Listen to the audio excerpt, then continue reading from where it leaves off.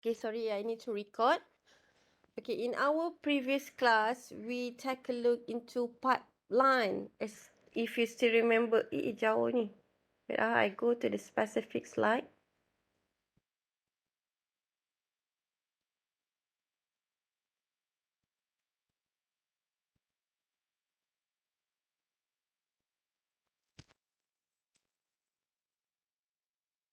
Okay, last time we already discussed about pipeline.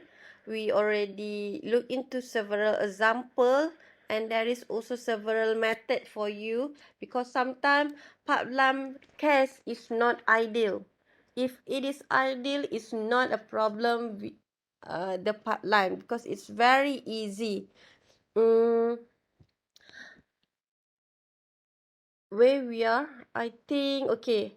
And then we go through together several cases. Example here, example 10, we already look into. This one is the ideal cases, and it's easier for you to see what is the difference with pipeline and what is the flow and timeline is without pipeline. And we also have the pipeline performance. Last time I asked you to remember the equation. And there is two examples last time we did together to get the cycle time for both for non-pipeline and pipeline. Execution time for non-pipeline and pipeline following how many tasks is given. And then real speed up. And lastly, maximum speed up. So the equation will be going to be quite similar to find out all those four value here. Okay. Then if the cases when you also having a delay, that you need to add on the interface delay time, but the rest is will be similar also. And I think last subtopic we look into a pipeline hazard, which is resource hazard, data hazard, and control hazard. I think we done until data hazard last time. How if let's say you have several problem, so you need to come up with a solution. So we continue with our next hazard, which is a control hazard.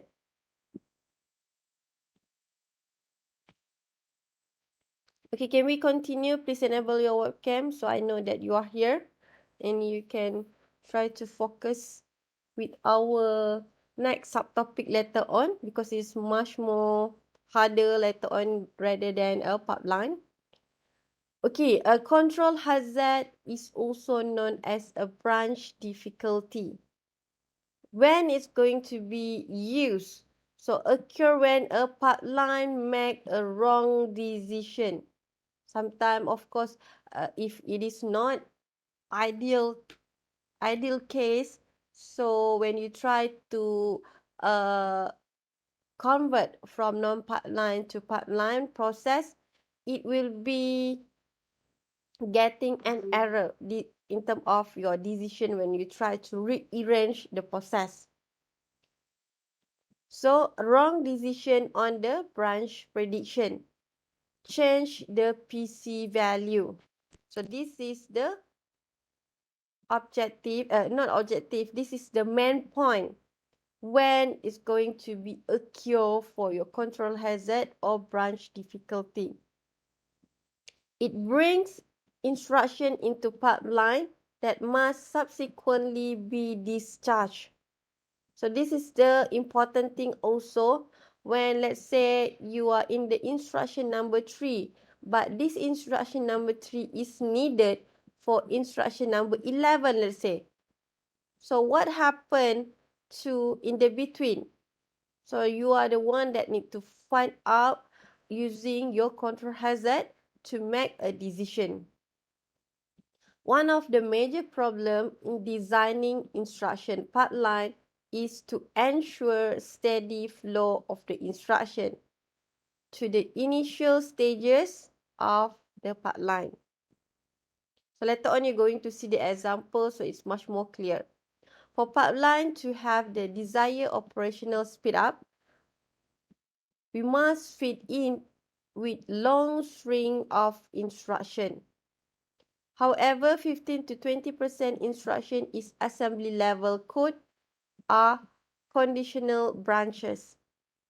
Of these, 60 to 70 tag the branches to a target address.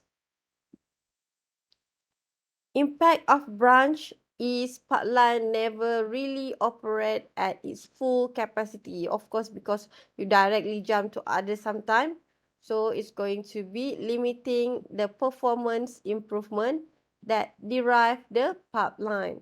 So this will be happen when you have or you made a wrong decision when you want to have a redesign on instruction pipeline. So here is the example. Let's say you were given with 9 instruction, 1 until 9 instruction. So pipeline operation with 6 stages of pipeline. Let's say over here in our easier case, you can see you have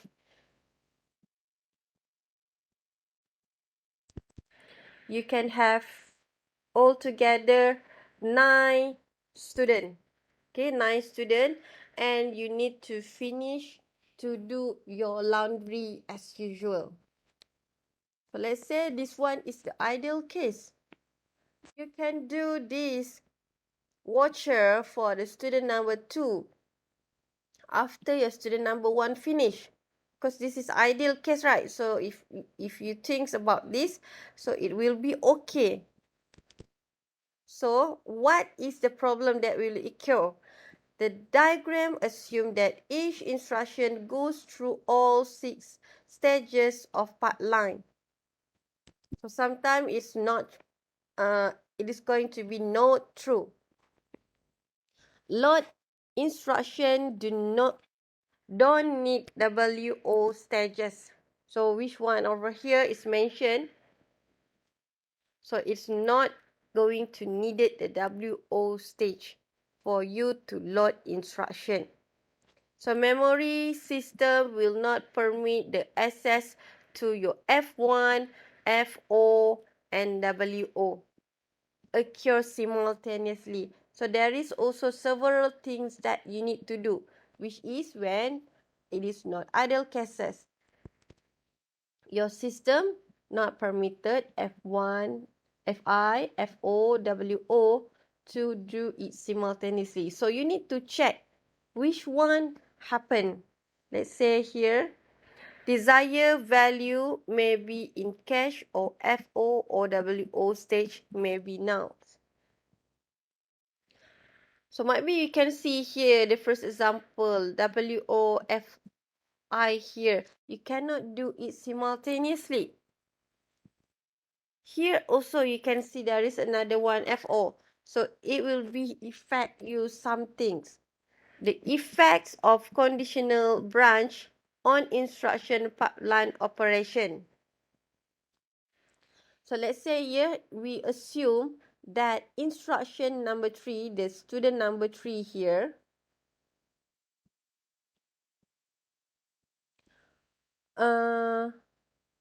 is a conditional branches to instruction number 15. So you have until up 15 students. So it is the conditional branches. So it's supposedly you are the one that will be triggered to a student number 15. So you need to assume until the instruction 3 is executed, there is no way of knowing which instruction will come next, because, okay, for this student, okay, let's say this is you. It's mentioned here, you are the one who make a decision. After this, is it going to be a student 15 or not? Okay, this is your best friend. Supposedly, your best friend will turn at 15. The rest is already reserve or booking. Okay, I'm going to go next. I'm going to go next. I'm going to go next, supposedly. But your friend is coming late, and then your friend is at turn 15. But you are the one who decide, okay, let's keep quiet. After I finish, I can directly pass to you. So this instruction 3 can also jump directly to student number 15 or instruction 15. That's why in instruction C, when you assume, okay, when there is an assumption or in term of the question is mentioned, okay, for the instruction number 3 is a conditional branch for instruction 15. Then for this state, you don't know whether this student is very good student. Okay, I don't want to do like that dirty things, which is we cannot follow that. We need to be following the who booking first. Although you are my best friend, so I will directly go to the instruction 4. So it's depend on this instruction. There is no way of knowing which instruction will come next. So here the pipeline simply load the next instruction in sequence, which is you're going to do 4, 5, 6, which is following the sequence. Supposedly, right? Then until the end of time, unit 7 here, the instruction of pipeline that are not useful must be clear. Because after this, you can see, after it's finished this, supposedly you're going to have EI, WO. Here will be FO, EI, WO. But over here, you don't know basically what will happen. And you, after you finish your instruction 3, supposedly you're going to jump directly. Why my WebEx?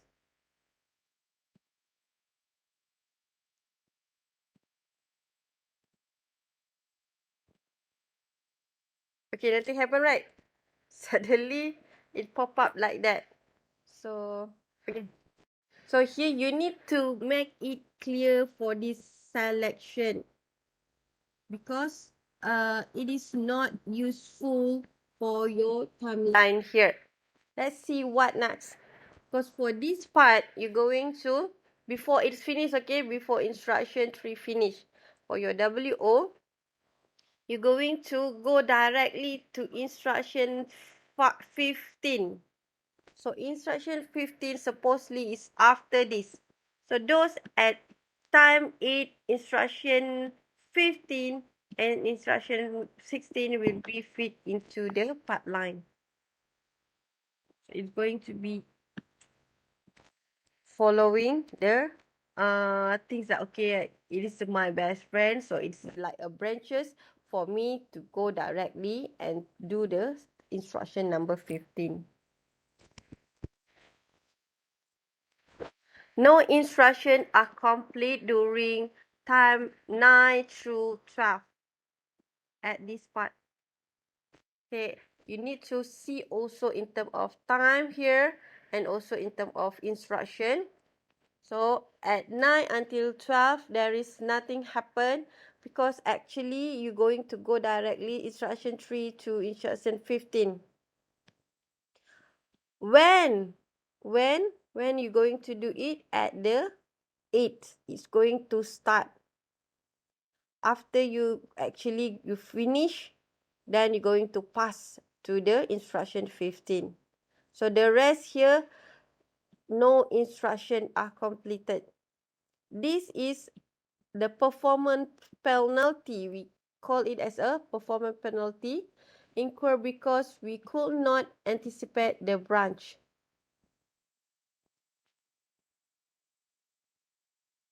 So we call it as a branch penalty here. 4 clock cycles are wasted without full executions of instruction 4, 5, 6, 7.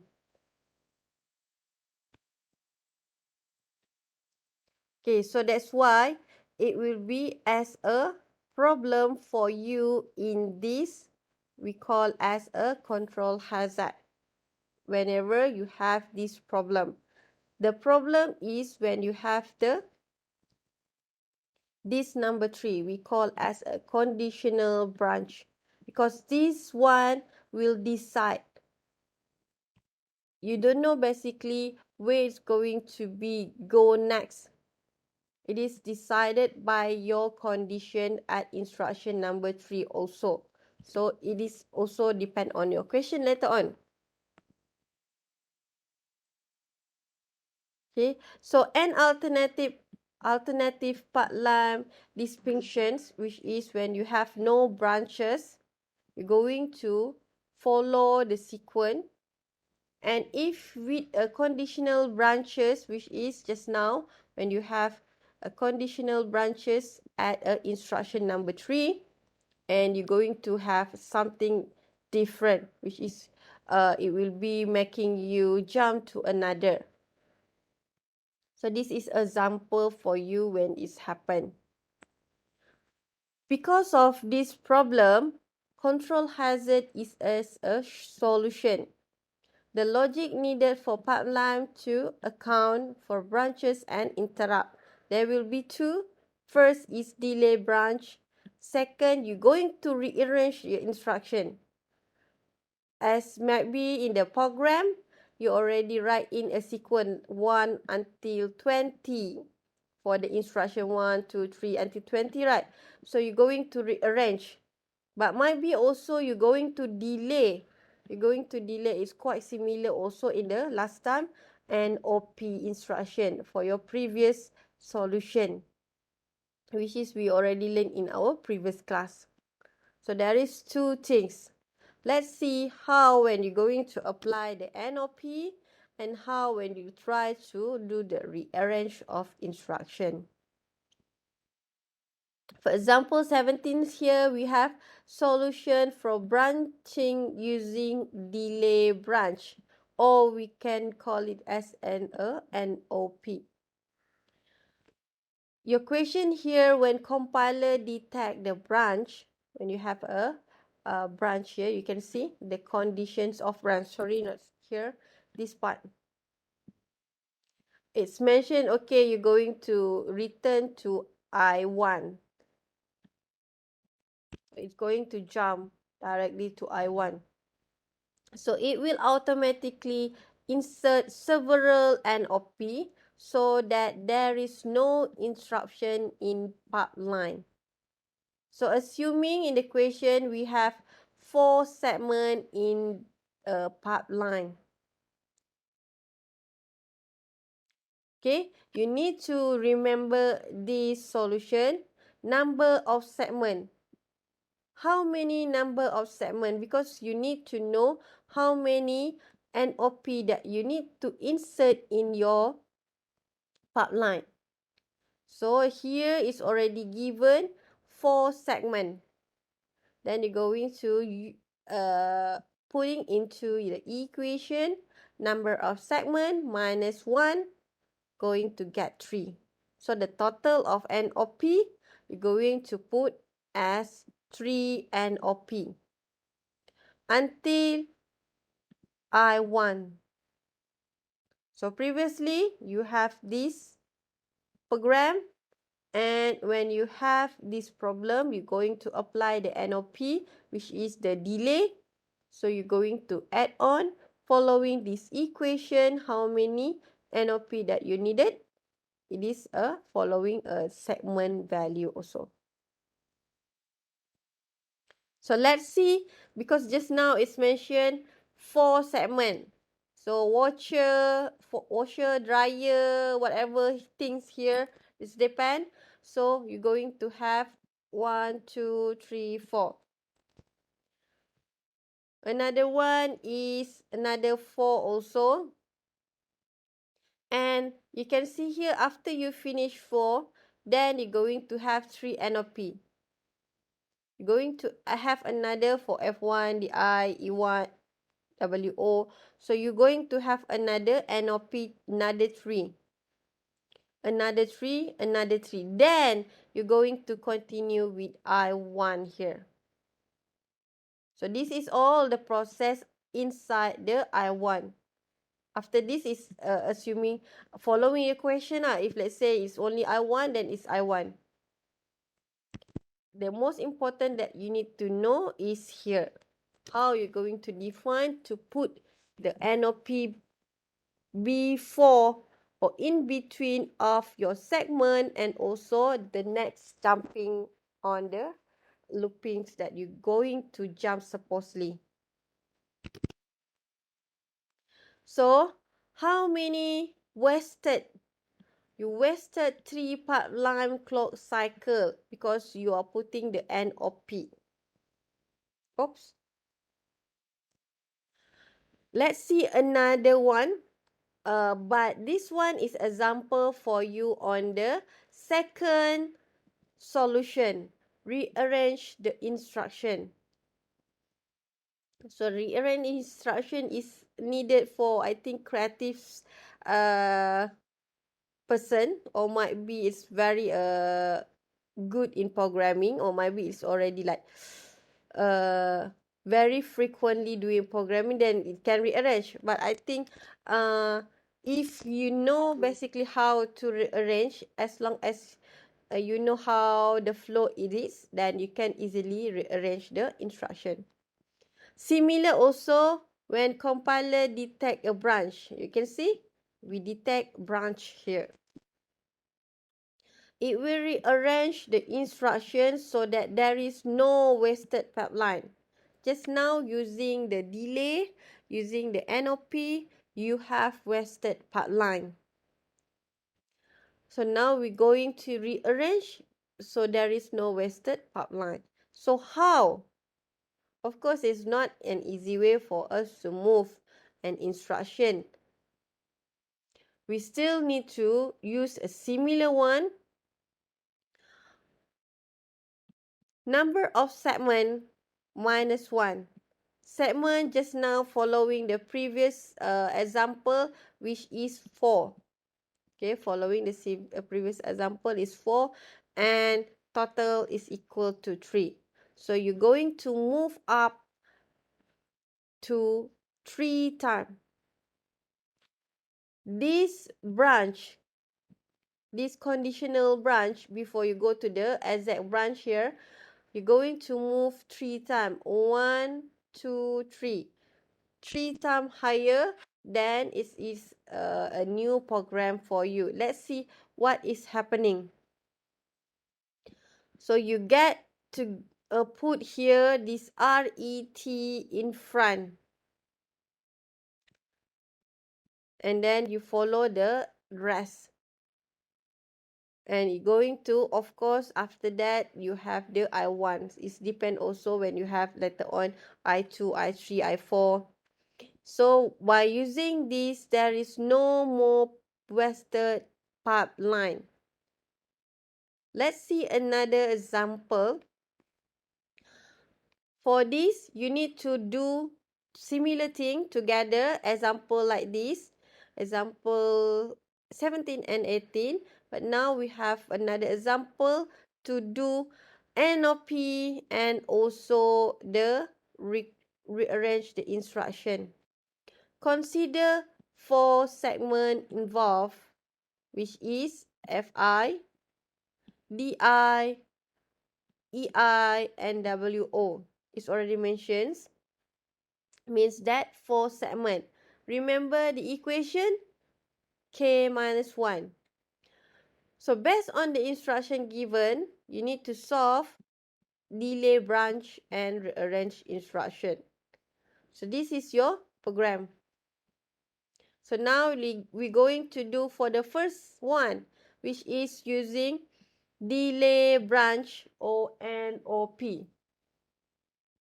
Total number of NOP to be insert will be K minus 1. How many you're going to have? 3. So you're going to put 3 NOP. Where you're going to go?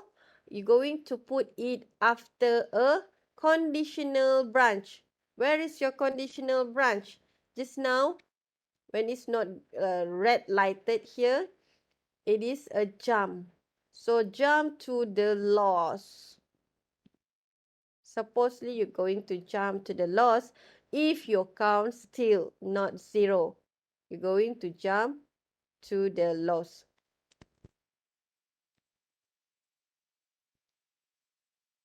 Then you're going to put 3. 3 NOP and continue.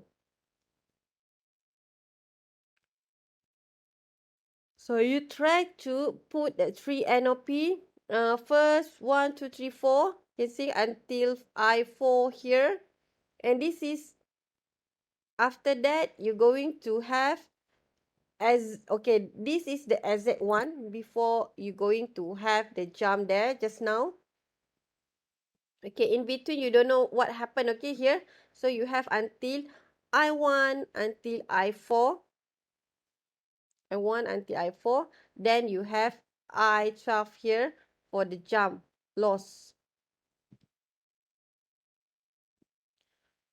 I1 until I3, I6. This is the initial one, and then you have something in between, because actually you're going to have a jump there. But then you're going to put NOP at here because your jump at I4. You're going to put 3. 1, 2, 3.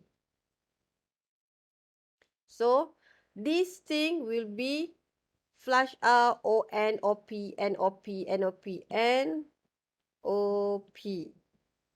So it will be 3 delay, right? Supposedly. So create 3 NOP instruction cycle before your target. So it will be 4, and all the others will be deleted. Just now, you cannot see this situation because it's directly. You can see here, it's direct. After return, it's direct to I1. That's why the diagram here, you cannot see any flash out. But then you're going to see if you are having in the middle. In the middle, then you're going to have a flash out. And of course, if ideal one, then it's ideal. Still, you need to delete all here to be a NOP. So that is the first solution. Of course, you waste another 3 pipeline clock cycle. For solution B, you need to rearrange the instruction. Total number to move up the instruction. How many? K minus 1 again. So you have K, which is 4, minus 1 equal to 3. So you're going to jump up until 3 times. So it will be taking place to here. So let's see how you're going to draw the diagram. So you're going to draw following the first one is I4 just now, because it's already jumped. I4, and you have 4 segment there. F1, D1, EI, FI, DI, EI, WO.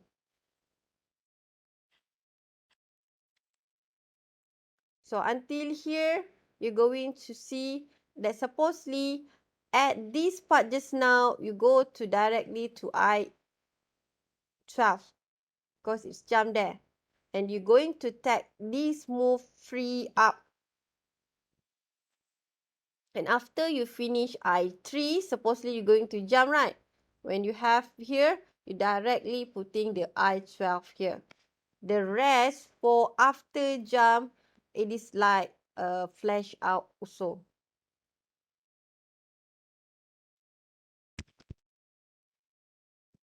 So similar, you can see because that one is just in the middle. Just now for the simplest one, where is it? The simplest one. for the jump up here. So you can see for this one, you just move up 3 times and it directly continue because this one is direct go for add to here. Similar also for this question. Okay, so you have 4 segments and they're going to flash out all here and OP and directly go to the jump condition. For the solution A and rearrange instruction also quite simple. You just stack it and jump 3 times above. Then it follow the I-12. So this is the illustration for B. No more wasted pipeline happen. So you just rearrange. Of course, after that, it's follow whatever instruction you have in the program. So let's see a summarization on our pipeline. Instruction pipeline is powerful technique for enhancing the performance of your program, but it requires careful design. That's why I said you're going to be creative to pick which one algorithm or method for you to do rearrangement to achieve optimum result with reasonable complexity. Discuss the principles behind instruction pipeline and how it's work in practice. Compare the contrast the various form of pipeline hazards, which is resource conflict, data dependence, control, and branch difficulty. So that is all on your instruction pipelining.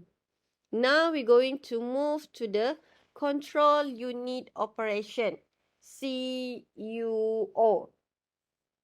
We have only several parts, which is a micro operation and control of processor.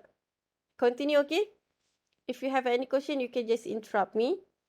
So in terms of overview, of course, you're going to know the basic before you go deeper. Here we have need to know the external interfaces. Last time might be you play around with internal connection between each other. Now you need to know the external. Usually, of course, you're going to using your bus system. And how interrupt are handled. 6 items might be terms for functional requirement for processor, should do, and begin control. First, operational, which is your opcode, addressing mode, register, input-output module interface, memory module interface, and the interrupt for the last one. What is basically your micro operation, which is we call as a micro here, of course, this one, and we use this as the symbols, micro operation. The operation of computer is executing a program, consists of sequence of instruction cycle with one machine instruction per cycle. So each instruction cycle is made up of numbers of smaller units. One subdivision that we found convenient is fetch, indirect, execute, and interrupt, with only fetch and execute cycle always occurring. So this one you already looked into last time. Each of the smaller cycle involve a series of steps, each of which involve the processor register. So it can relate and also represent is as a diagram like this. You have the program execution and you can divide it into several instruction cycle, and in each instruction cycle you're going to have fetch, indirect, execute interrupt. Okay, these four, last time we already looked into. And in each this one, you're going to have your micro operation.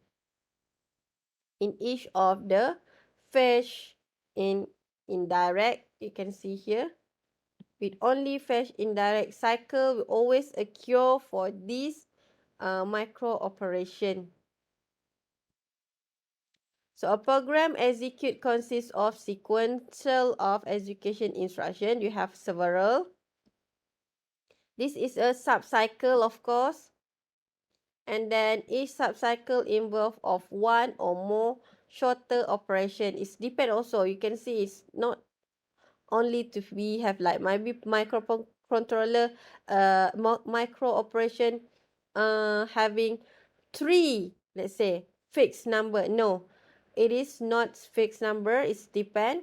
At least it's going to have like involved with 1, and it's called as a micro operation. Control of a processor.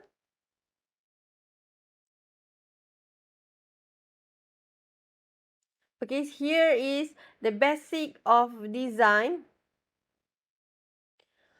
The basic of design and implementations of control unit are based on definitions of functional requirement. So you have three-step process for you to characterizations of your CU. First, define basic elements. Second, describe micro operations. Third one is determine the function. So you're going to know first of all on your control of processor basic elements. Basic element of processor. Last time you just learned 3 things inside. But actually you have a bus system which is going to connect you with others. The 3 things last time, ALU, CU, register. But you're going to have a bus system when you need to connect it with each other, right? So, internal and external. Internal mean connection between these 3 things. Internal data path used to move data between register and between register and LLU. While external data path for you to go out, link register to memory, input-output module, often by means of a system bus. Second one, micro operation of processor performance. All micro operations fall into one of the following categories. First, transfer data from one register to another register. Second, transfer from register to external interface, which is system bus. Third one, transfer data from external to a register. And lastly, perform arithmetics or logical operation using your register. So this might be in terms of this following for your micro operation. So under the functions of your CU, control unit, you have 2 tasks, which is sequencing and also executions. CU causes the processor to step through a series of micro operations in proper sequence based on the program being executed. And for execution, CU causes each micro operation to be performed. So for this function, for your CU, is a function describe of what your control unit does. So what is your control unit do in your computer? To achieve the, it's achieved through a use of a control signal. So you can see there is several other things under your CU. That's why I mentioned you're going to go deeper and deeper in each elements in your computer. And it's more, of course, in the theory, especially when you're going to talk about the function, the task, and etc. So let's see one by one. Under your control signal, for the control unit to perform its function, it must have input and output. Input that allow to determine the state of the system. For the output, allow it to control behavior of the system. So this is your CU specification. These two things you need, input and output. So what is available in input? What is available in output? For the input, you have clock, instruction register, flag, and control signal from your control bus. For the output, you have control signal within processor or control signal to control bus. Only these two for the output in your CU specification or the functions. Let's see how you can relate all of these with the diagram or a block diagram on your CU. So this is your control unit. You're going to have input. You're going to have 1, 2, 3, 4 input. Flag is 1. And then you have clock. You have another control signal from bus and register. You have altogether 4. And your output having only 2, which is 1 control signal to control bus, another 1 control signal within CPU. So this is the illustration from this sentences or this diagram. You change it into the block diagram of control unit. So you can see what is basically happen, and in terms of connection, okay, this one is flag, this one is clock, and etc. So if you already know in terms of the flow actually connection, what is having in and out of your control unit, but each of them having also a functions or the descriptions for each of the input and also the output. So when it comes to tables, there is no choice. Either you really understand the meaning or you need to memorize all the descriptions of each element in your CU. Okay, you have here 4 things to remember: the description and also the output, what is basically it's doing.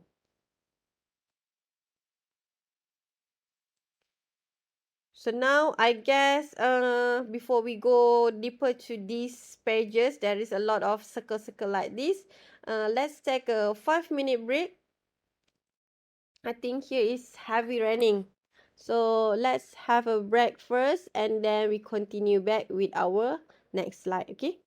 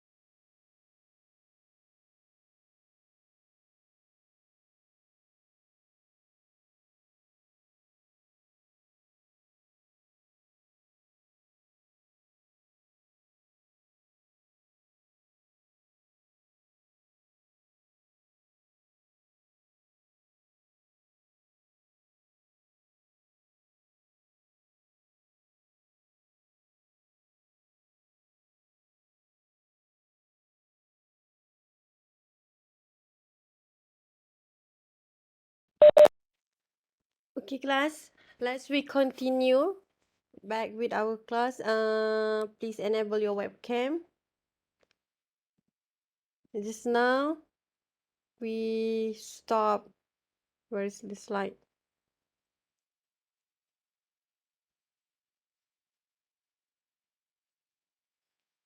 I go too far now. Where is it? Okay. Just directly before our next subtopic, which is microprogram control.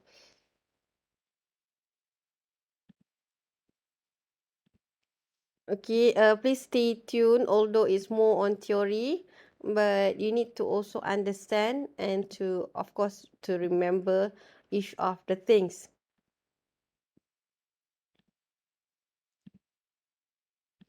Okay, just now we take a look into this picture, which is basically the data pass and also control signal. You can see like C1, C2, C3, whatever number of C here is your control signal.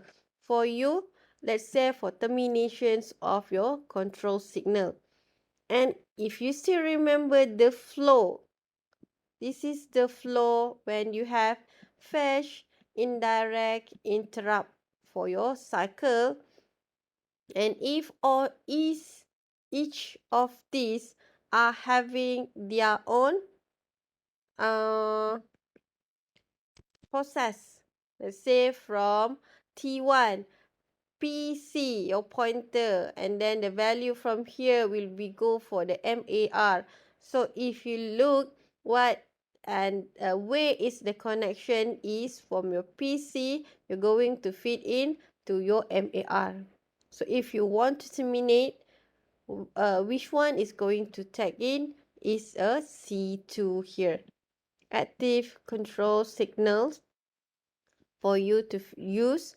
And then we have from memory to MBR, and you're going to also relate in terms of your PC to go and increase the pointer number. So memory to MBR. Memory to MBR. This is your MBR here. Let's say it's not mentioned where is the memory, but the pointing up here is might be at this part is from your memory. So for MBR, C5, and another one more things you're going to see in terms of your PC. So PC in term numbering here is not given you in term of the point counting up the pointer number. So we call it as a CR for read control signal for a system bus. When you your counter is counting up there. And then we have from MBR, we're going to feed into the IR. So where is it? MBR to your IR.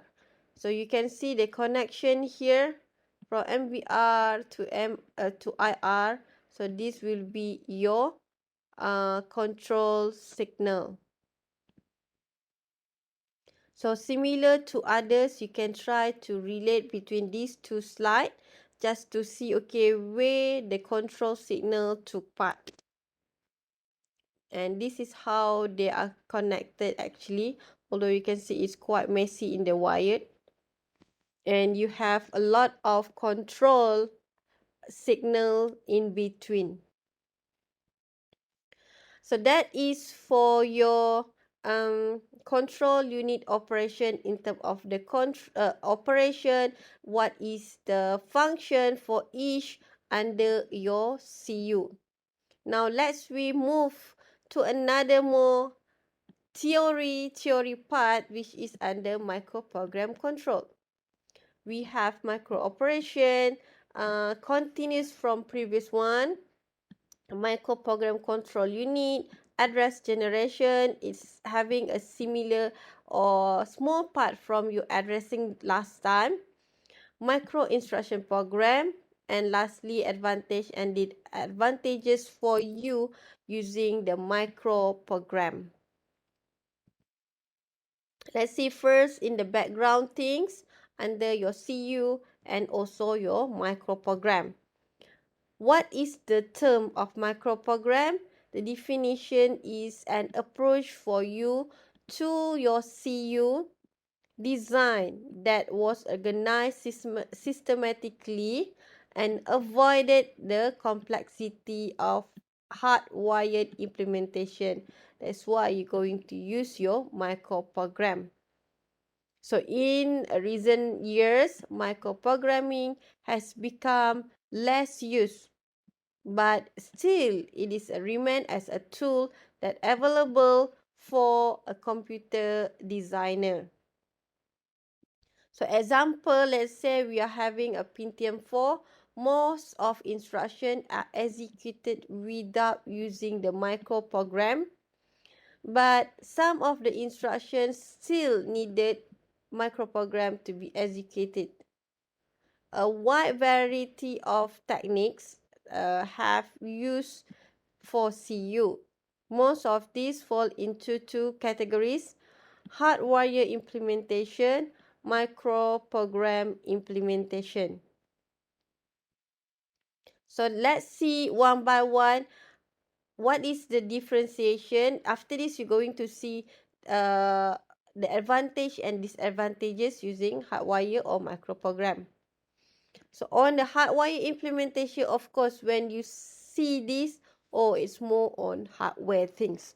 The things that you can see, the things that you need to play around with your hands, with editing on your visual things.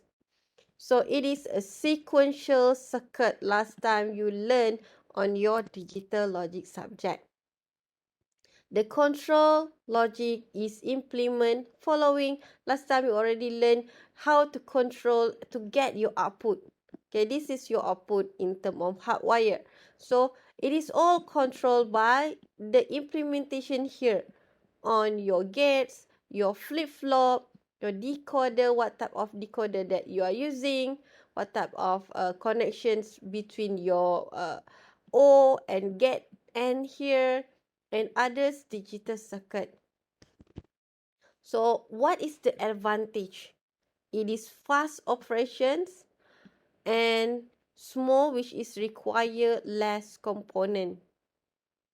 While it need a wired changing, if let's say it's burn something, might be because we deal with hardware, it's very critical if anything's happened for the hardware. If the design need to be modified, you want to need to add something. Let's say you just want to add AND gate. Still, you need some wired changing in terms of this. So this is the disadvantages. It's very hard for you to deal with the hardware things. While for microprogram implementations, who's going to control it? The control information is stored in your control memory. Control memory is programmed to initiate the required sequence of your micro operation. So there will be also similar the advantage and disadvantages. Advantage is systematic and require change can be done by updating your microprogram, which is in control memory. While the disadvantages, slow operation, require more component. So these two things, I hope that you already know. No need for us to go deeper and we need to like repeating many times, because this is a huge differentiation between hardware and microprogram. Now let's go direct to our micro operation. Last time also we did touch also in our micro operation here. So you already have a few background. What is micro operations and what is the function? So now let's go deeper also in our micro operations to implement. So the functions of micro operation to implement a CU as a interconnections of basic logic element it's not an easy task. When you try to implement the CU as an interconnection basic, it's not an easy task. So the design must include a logic for the sequential through micro operations, for executing micro operation, for interpreting opcodes, and for making decision using your ALU flag. It is difficult to design and test just of your hardware. To design is relatively inflexible. For example, it's difficult to change the design if one wishes to add a new machine instruction.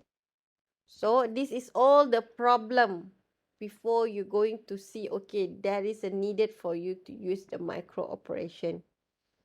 This is the disadvantages of using hardware implementation. So we can come out with a solution. So the solution from using hardwire, which is control unit using a microprogram control unit, in which logic of CU is specific by a microprogram we call also firmware. Okay, this is the similar term using a firmware.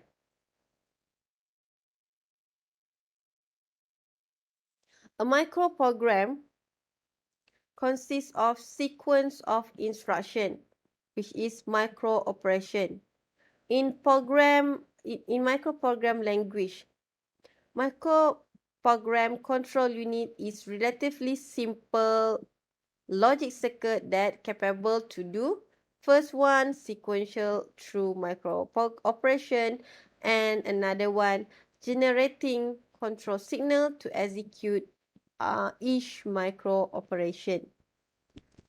So you know the problem, why you need micro operation as a solution for this old problem just now.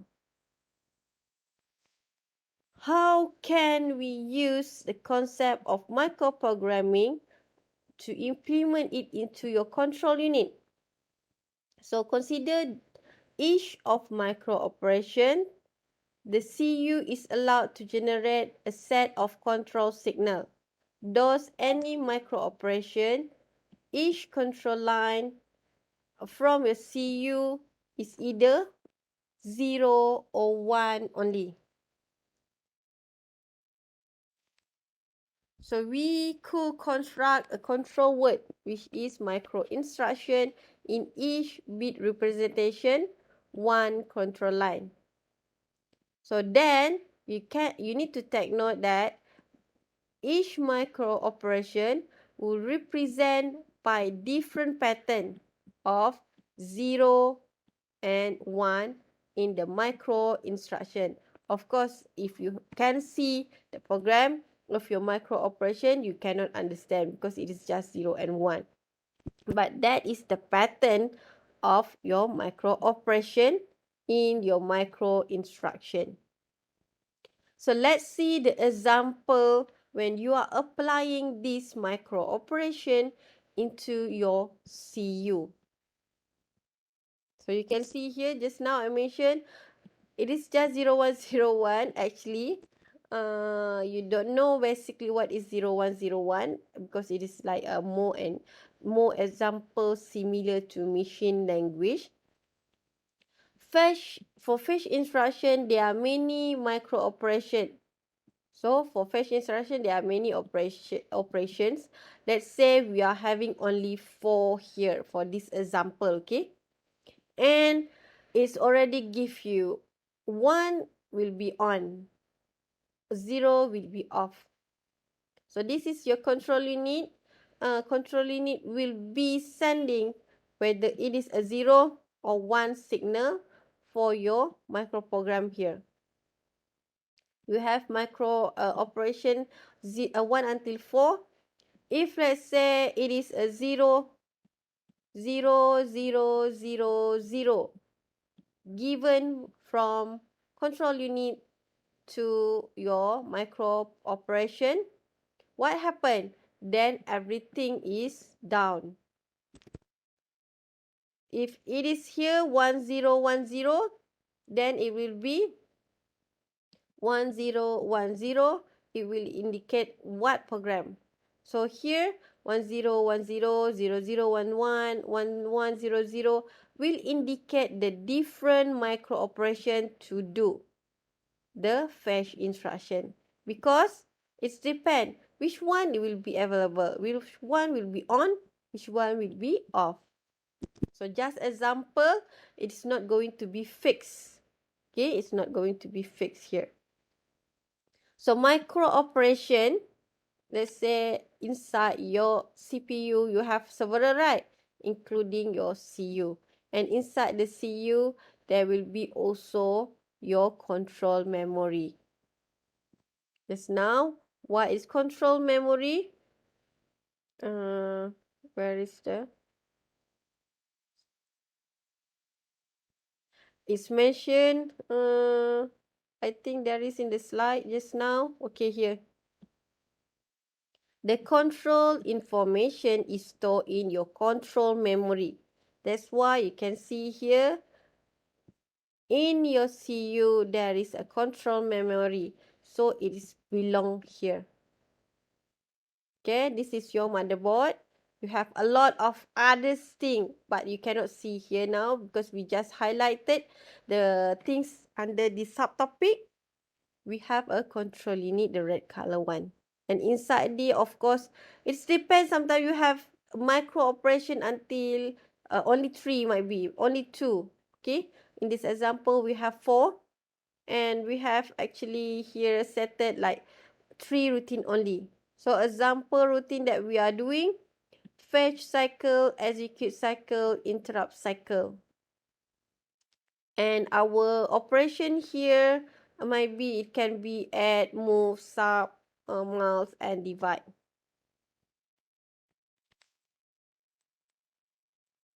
So under microprogram again, in terms of a simple description, the set of microprogram just now, the set of microprogram is stored in your control memory. So you have a set of microprogram and it's stored in your control memory. The control address register contains the address of the next micro operation to be read. If you still remember in terms of register last time, there is a lot type of register. So one of that quite similar to this microprogram.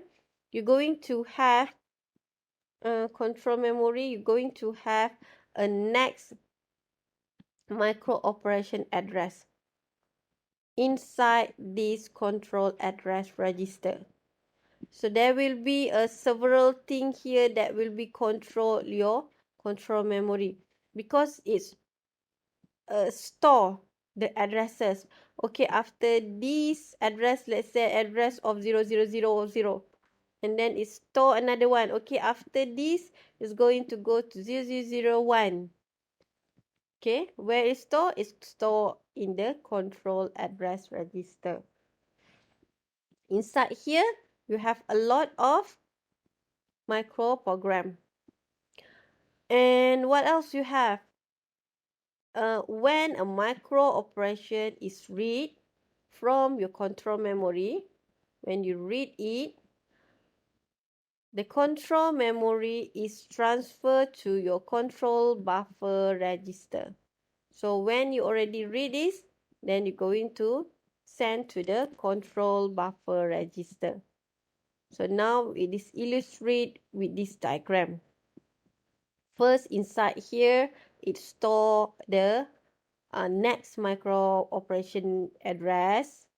And then you have also inside this memory, you have a lot of set of micro operation inside this control memory. When you already read a certain micro operation in your control memory here, it's going to be transferred to your control buffer register. So figure shows the program program could be arranged in a control memory. So what is the example? Macam mana I nak bawa sini? Okay.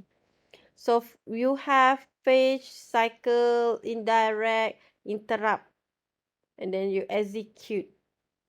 You have another more routines that to go. So you're going to have the example here, where you're going to go and so on. Wait, I cannot click next. Okay, the micro operation in each routine are to be executed sequentially.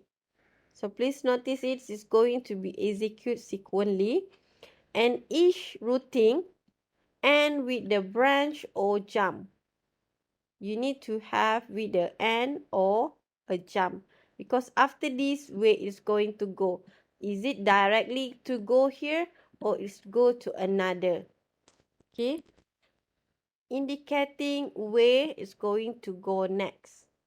So this is all your routing here. There is a lot of routing, but at the end, each routing end with the branch or a jump. So detail in terms of your microprogram control unit inside. You can see here, this is inside your control unit. Actually, you have ALU, register, your control unit also. This one is inside the control unit. So it will be connecting to your ALU, register, and the others like your bus system. So from here you can see sometimes you can have the another input things. If you remember just now, you have the 3 input and 2 output. So compare this figure with your previous figure, which is simple example. We can see the control unit still has the same input, which is IR, ALU, and clock. 3 things just now. And the output is control signal. This is the output. This is all the input. Compare to just now. Where is the picture? 2 input, 3 output.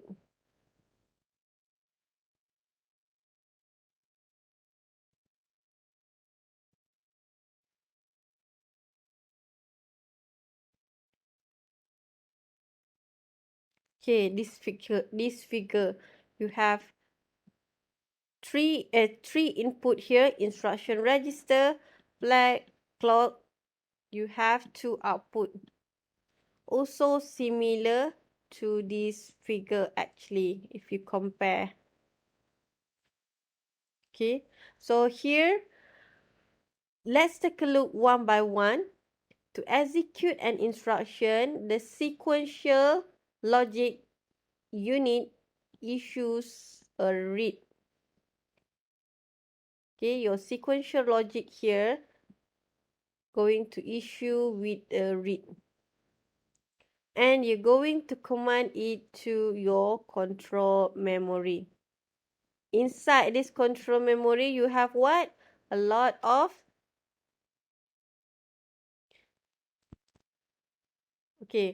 where inside the control memory, you have a lot of micro operation. So remember, you have a lot of micro operations stored in your control memory. So that is the things. Second one, the word whose address is specifically control address register is read into the control buffer register. Similar also, if you relate to all the slide, it's already mentioned in the beginning also. Okay, let's see the second one. Read, and then it's going to go to the control buffer register.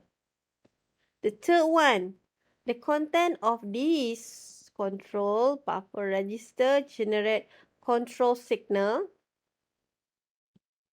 And next address which way, and it's going to store where? It's going to store in the instruction register, But how we're going to go there? It's going to go sequential logic unit. It's going to go to the sequential logic unit first.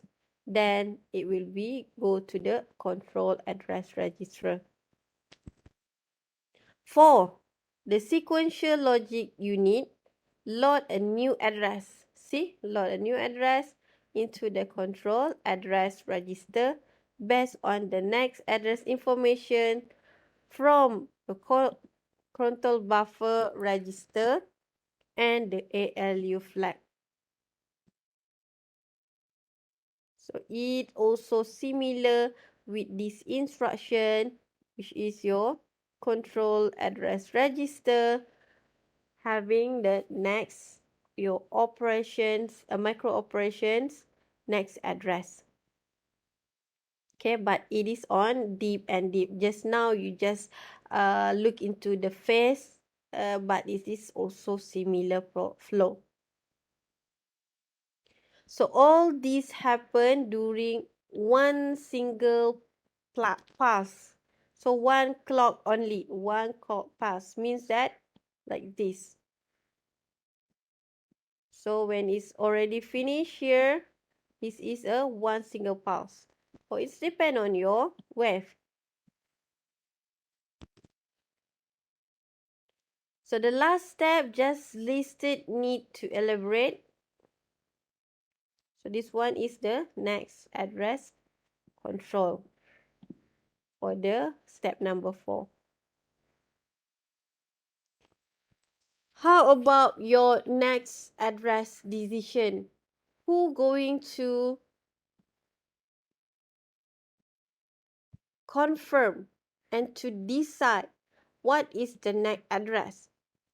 So the next address decision depending on the value of the ALU flag, because you can see here it depend on the ALU flag and there is N, okay, from your control buffer register. Okay, so there is 2 that going to control your next address and the control buffer register. One of these 3 decisions will be made. First, get the next instruction. Add 1 to the control address register. Second, jump to new routine based on the jump micro operation, which is equal to load the address field on the control buffer register into your control address register. Third one, jump to the machine instruction routine, which is you're going to load control address register based on the opcode in the IR. So there will be a 3 decision to make. Because of this, you need to learn more deeper in terms of to generate the address for you to make a choose and to make a decisions on the next address. So for the address generation, you're going to generate your address. So another over points consider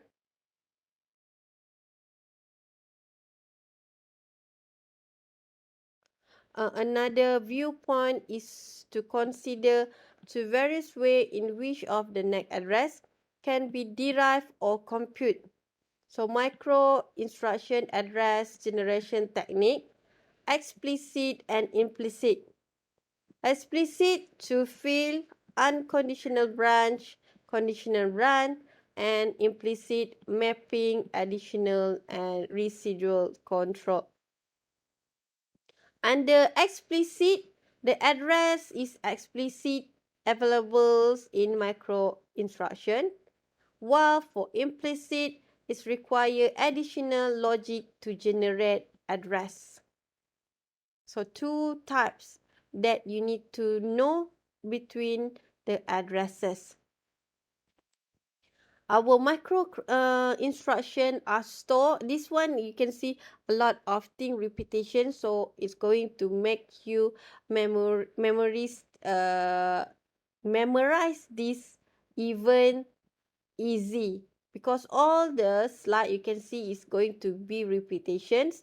I hope that it's going to make you memorize this thing easier. Okay, in a group, which each group specifying a routine. Each computer instruction has its own microprogram route to generate micro operation that execute the instruction.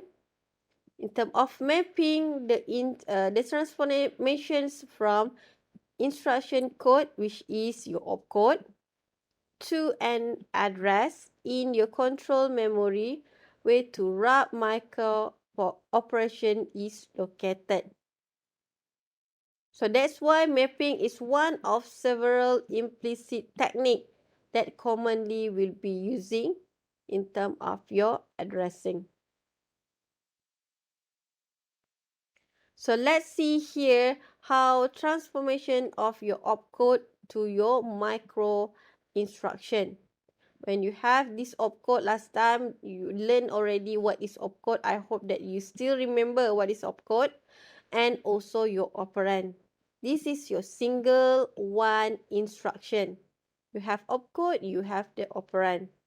So in one opcode here, you're going to fetch it and you're going to convert to your micro instruction. So you're going to relate it with several routine: fetch, indirect, additions, and subtraction.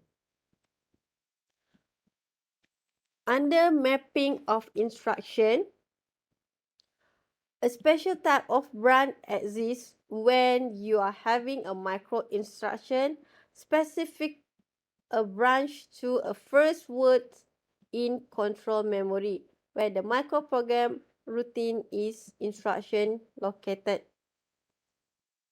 Two methods. First, direct mapping. Second one, using ROM to specify mapping function. It's quite similar. It's not like new terms for you. First, direct mapping. Second, using ROM for you to specify the mapping. Let's see how direct mapping look like. The status of bits for the type of branch are in the bits in the operation code part instruction. So this is your opcode. Normally, you did not know this one because this is the instructions understand by your machine's language. But maybe it is like move instruction for the opcode. So let's say here is 1011 for the opcode. And it will be taken this for you to do mapping bits. And after that, you're going to get the micro instruction address from using the mapping bit. It is two direct one. Let's say for this is 1011. So it will take directly mapping bits. It will be give you. So let's say it is 000. So in between here, this opcode is this value. So you just feed in directly. That's why it's called as a direct mapping. So mapping from your instruction code, this is your instruction, right? To your micro instruction address. Using direct mapping. Let's say you were given with the example. You can see here, this mapping bits is give you if the mapping bits are blah, blah, blah, blah. This will give you in the question. So this opcode will be given also. So you have 1011.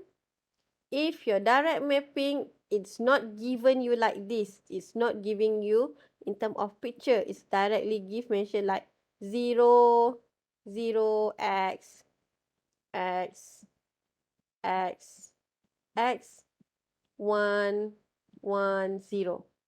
So here is the things that you're going to tag it from your opcode, and you will tag and put it inside like this 1010 and combine it together to be your micro instruction address.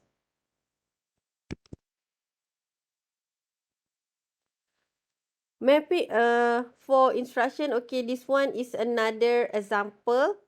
It will be quite similar for the mapping address bits. Only it change the opcode. So if the opcode changing, your address will be also changed. You can see the difference, and it's quite easy for you to implement, isn't it?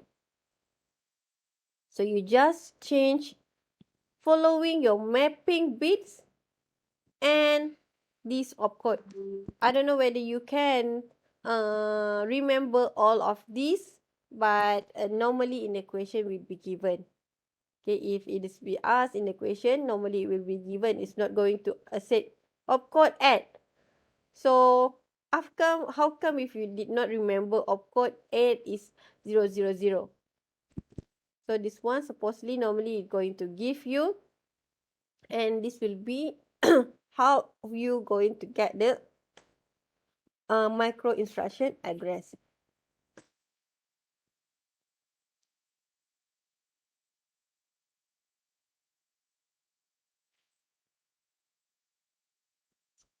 Okay, so now we can see that this mapping, direct mapping, is too direct and easy. But now we're going to look into another one using the ROM. Using a ROM to specify mapping function. First one can extend the concept of direct mapping with more general rules using your ROM to specify the mapping function. The bit of instruction specify the address of mapping ROM. The content of mapping ROM give the bits of control address register. So maybe you can try to read it and understand it. Here is the illustration. So you have a ROM here. This is your opcode. Okay, you're going to feed it your ROM, yes, your ROM with the opcode value. And it will be sent to the control address register. And the microprogram route can be anywhere in your control memory. Provide flexibilities for adding instruction for the control memory as if there is anything arise. So that is on the using ROM specify mapping function. So there is things that you need to know also in terms of micro instruction. There is two format. First is horizontal micro instruction. Second one is vertical. So you need to know the differentiation between horizontal and vertical micro instruction. Here is the example horizontal. Here is the vertical. So you can see here where is the differentiation between vertical and also horizontal. So you can see what is the placing in the micro instruction for vertical and horizontal. No need for you to memorize, I think, each statement, but at least you can see the differentiation. Then you can know, okay, this one is horizontal, this one is a vertical. For this part, computer hardware configuration, this is just an overview for you to see what is basically happen in your hardware configuration. Let's see, we're going to see the opcode and also the computer instruction. So what is the opcode here and what is the description? And you're going to see how the flow when you have all this PC and then you have the memory in terms of the connections using the hardwire configuration. And for this, for example of your computer instruction, you're going to see the description also.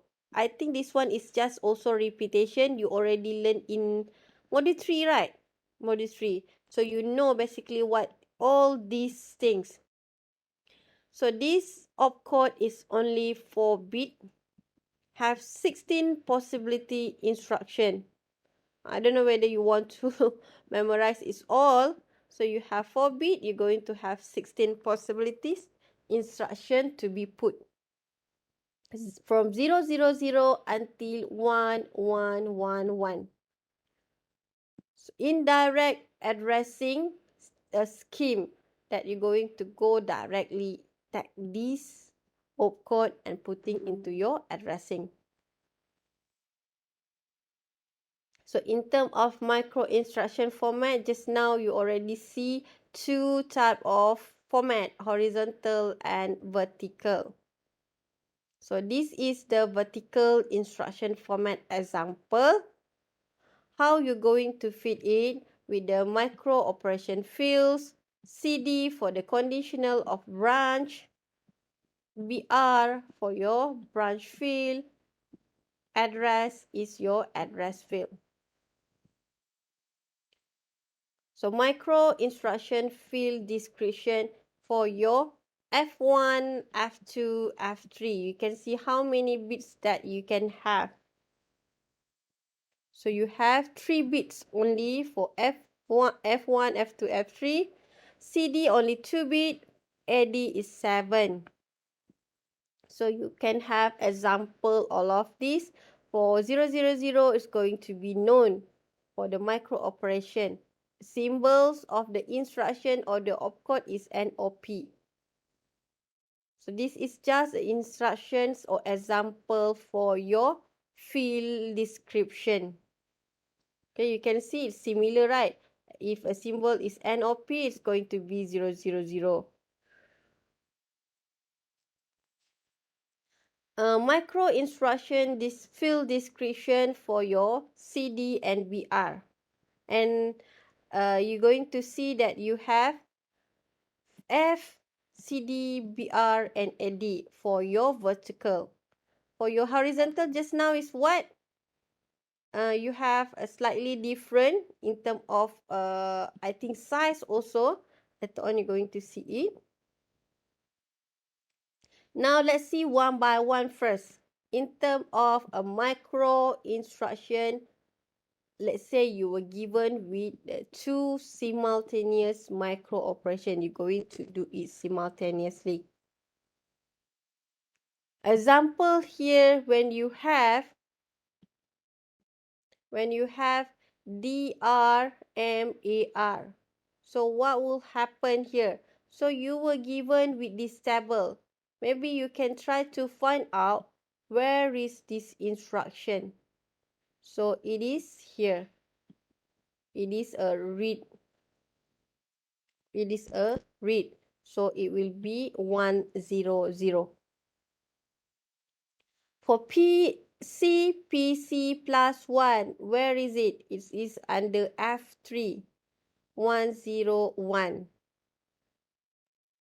Since F1 is a no F1, which is putting into here, micro operation, you're going to assume it to be, if you still remember, if there is none, it is 000.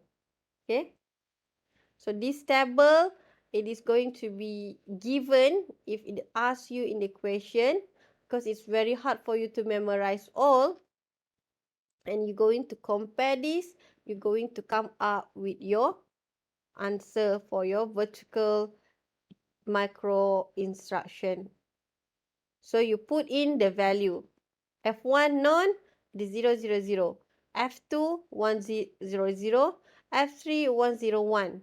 The rest is CD, BR, AD. Similar also, they have their own table. You can see here, there is also their own table. So you can also refer to the table and putting into this micro instruction field. So now what else? Another one you can see here. This is the similar question. It's just showing you how you're going to get all this value. No more than 3 micro operation can be chosen for the single micro instruction. So let's say here this is a table for you to using the partially symbol for microprogram. How you going to use the add labels, branch, over, store, accept, exchange, fetch, and indirect. This microprogram can be implemented using your ROM. So this is also another table. No need for you to memorize it all, okay? From here, when you have all this table, you need to relate it into another calculation later on. How many bits for the branches that you have, you need to relate also with the size of the micro instruction that you have. In terms of CD, BR, F1, F2, F3. We're going to look into this solution after this. Let me go for directly the theory first. Now we go for advantage and disadvantage, the last subtopic. After you go through all the microprogram, you're going to see that there is a lot of advantages compared to last time when you are dealing with the hardwire. So using a microprogram, you have the simplify the design of your control unit, cheaper and less error, because if let's say you are having an error in your microprogram, you can just you can just erase. Compared to hardwire, you're going to cut the wire, you need to redesign it, so it's going to take so long, and also it's going to be expensive.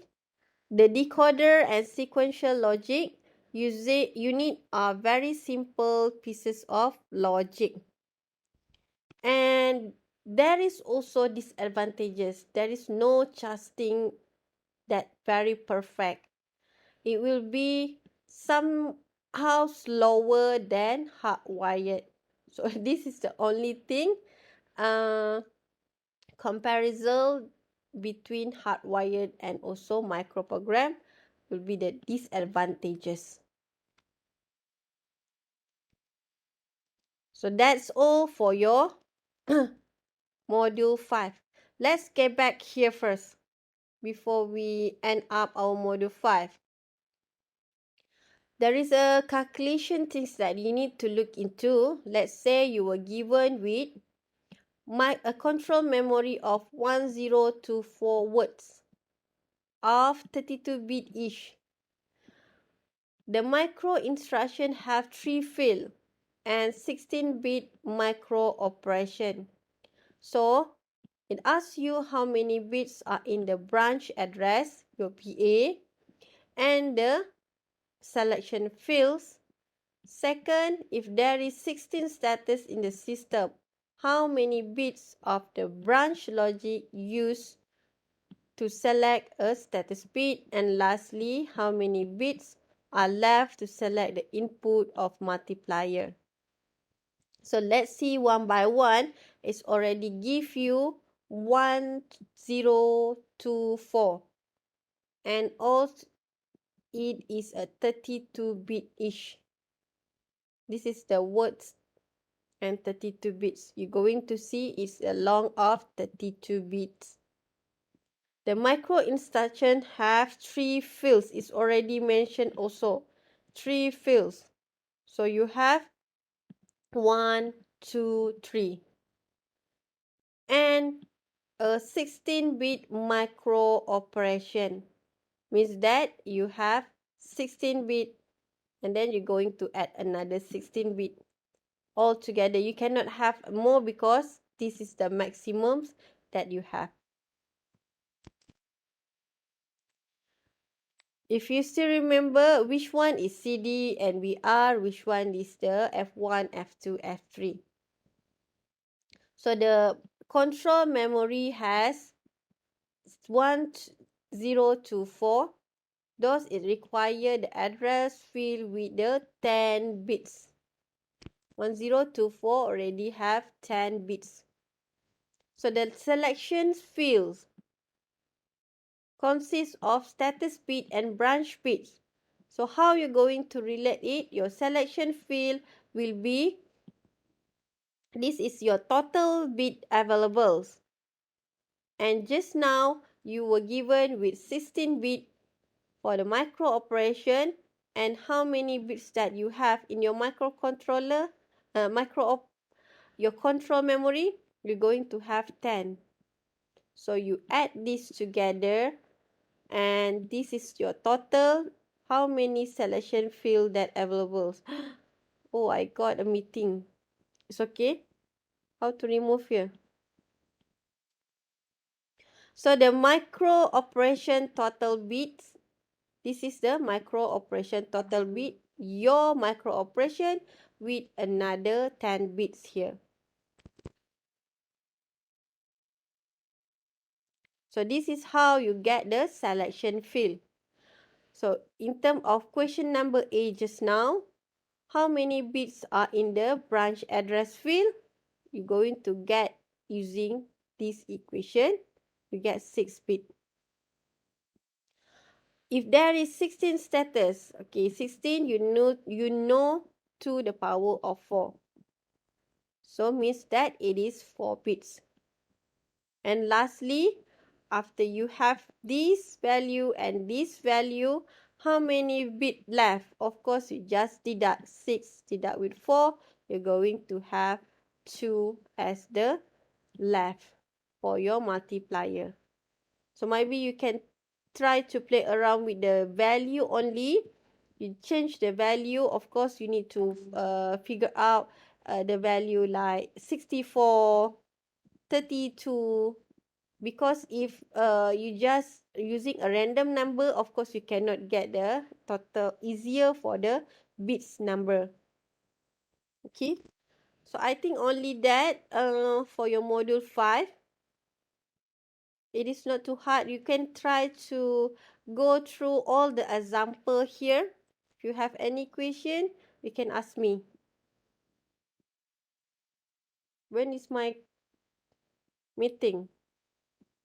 I think at 4 p.m. Okay. So any question?